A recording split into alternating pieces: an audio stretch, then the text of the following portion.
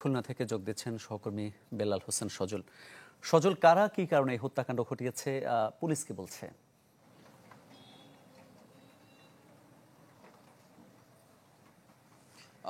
ঘটনার প্রায় ১২ ঘন্টার মতন অতিক্রম হয়েছে। এখনো পর্যন্ত কিন্তু এই ফুলতলার ফুলবাড়ি গেট এলাকার এই কুয়েট সংলগ্ন রোডে থমথমে পরিস্থিতি বিরাজ করছে। যদিও পুলিশ ঘটনার কারণ এখনো বলতে পারেনি বা এই ঘটনায় এখন পর্যন্ত কোনো মামলারও ঘটনা ঘটেনি।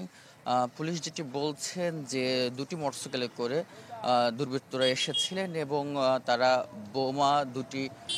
বোমার কথা বলছেন এবং পাশাপাশি ৪ রাউন্ড গুলিও ছোড়েন। এবং এই ঘটনাকে কেন্দ্র করে যেটি দেখা গেছে, গতকাল রাতে স্থানীয় কয়েকজন ব্যক্তি, বিশেষ করে মাদ্রাসার শিক্ষক ইমদাদুল, তিনি এসেছিলেন।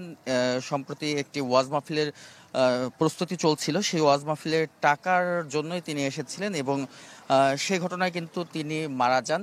এবং যিনি মামুন শেখ স্থানীয় যোগীপুর ইউনিয়নের সাংগঠনিক সম্পাদক এবং ইউপি সদস্য, মূলত তার উপরে হামলার ঘটনা ঘটে।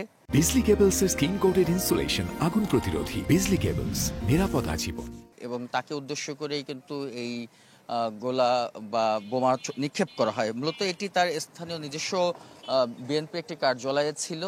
এই কার্যালয়ে গতকাল রাতে তিনি রাত ৯টার দিকে স্থানীয়দের নিয়ে তাদের কথা বলছিলেন। ঠিক সে সময় মূলত দুর্বৃত্তরা মোটরসাইকেল করে এসে এই হামলা চালায় এবং এই ঘটনায় আমরা আরও ২ জন আহত হয়েছেন। মূলত বেলাল তিনি স্থানীয় কাঠমিস্ত্রি, তিনিও এসেছিলেন ওয়াজ মাহফিলের টাকার জন্য।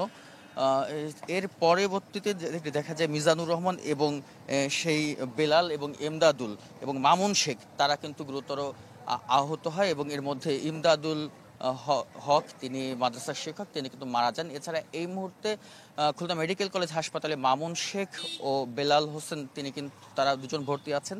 তাদের শরীরে কিন্তু বিভিন্ন যে বোমার আঘাতের চিহ্ন সেটি কিন্তু রয়েছে এবং পুলিশ যেটি বলছেন যে কারা কি কারণে এই হামলা ঘটিয়েছে তার কারণ অনুসন্ধানে তারা মাঠে রয়েছে। এই ছিল আমার কাছে খুলনার ফুলবাড়ি গেট এলাকা থেকে এই যে বোমা হামলার ঘটনার সবশেষ। ধন্যবাদ আপনাকে।